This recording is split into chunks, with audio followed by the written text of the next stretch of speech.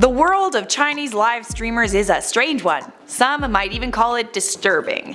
Live streamers in China can make around $100,000 a month simply by live streaming their lives.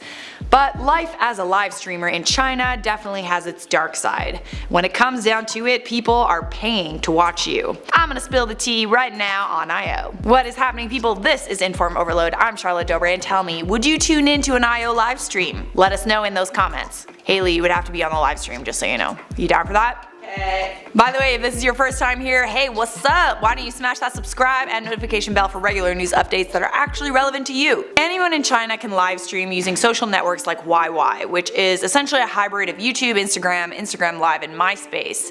Streamers can spend anywhere from 5 hours to 15 hours a day broadcasting their lives.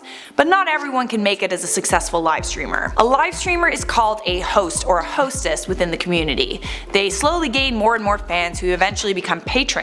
These patrons donate money and gifts to their favorite hosts, simply for the privilege of getting to watch them. Some hosts are comedians who host their own talk shows, like Big Lee, or there's Shen Man, a beautiful former nurse who gained notoriety for her flirty behavior and singing talent. During Shen Man's live streams, she sings and flirts with her audience, and guess how much she makes?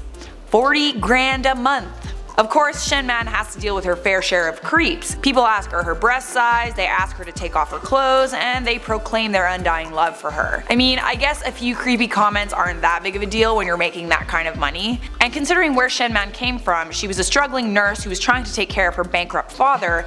How can you say no to that kind of cash?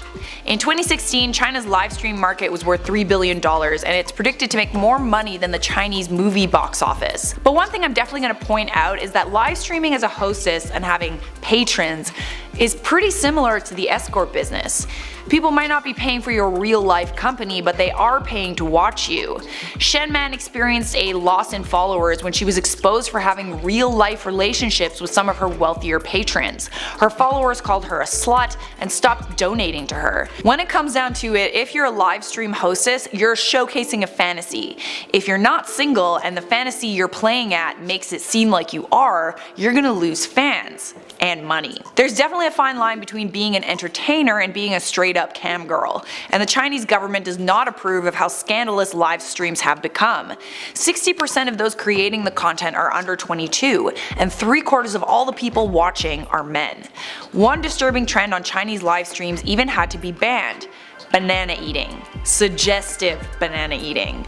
I actually made a video on this when I first started working at IO. So here's the deal, okay, porn is banned in China, and the next best thing was to watch a live stream hostess eat a banana suggestively. I mean, like, for obvious reasons, people need their dirty videos, I guess, but even though eating bananas suggestively contained no pornographic material, or at least what we would call pornographic material, the Chinese government was cracking down. Back in April of 2016, the Ministry of Culture in China announced that it was investigating live streaming platforms for hosting pornographic content or violent content that, quote, harms social morality. Hosts and hostesses are also banned from wearing suspenders and stockings. It's up to the platform to regulate their live streams, and they're responsible for cutting the stream if rules are broken. But that raises the question, how are live streaming sites supposed to differentiate between eating your breakfast banana and eating a banana with sexual undertones? The Chinese live stream industry shows no signs of slowing down. In fact, it's become more complex than you can imagine.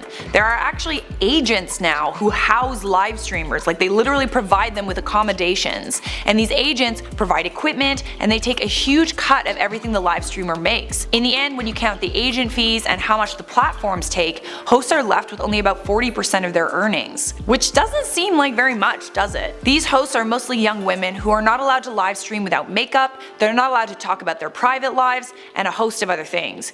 If you guys want to hear more about this, I highly recommend you check out the documentary People's Republic of Desire. Anyways, that is all I have for you on this. It's time to respond to some comments from our video, The Dark Truth Behind Kim Kardashian and Ray J's Tape. Sirius said, me, drinking Coke. Charlotte, I'm going to give you the tea. Me, spills Coke. You don't need to drink Coke when I'm giving you the tea, boo. Antonio Medina said, hey Charlotte, I love your videos. Oh, thanks. The Night Sky said, you're my favorite celebrity and can I please be in the vid? I mean, I don't think that I count as a celebrity, but yes, you can because that comment made me feel good about myself. Bradley Barker said, no, my potato queen, this is too unworthy a subject for your pureness. Dude, no, I am not pure. I am a savage.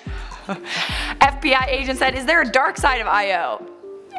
Have you seen our blooper reels? I thought you knew everything, FBI agent. Welcome to the end screen, the video is over, and thanks for spending a few of your valuable minutes with us. You can keep watching IO by checking out this playlist. And don't forget to subscribe so I can see you in the next IO video.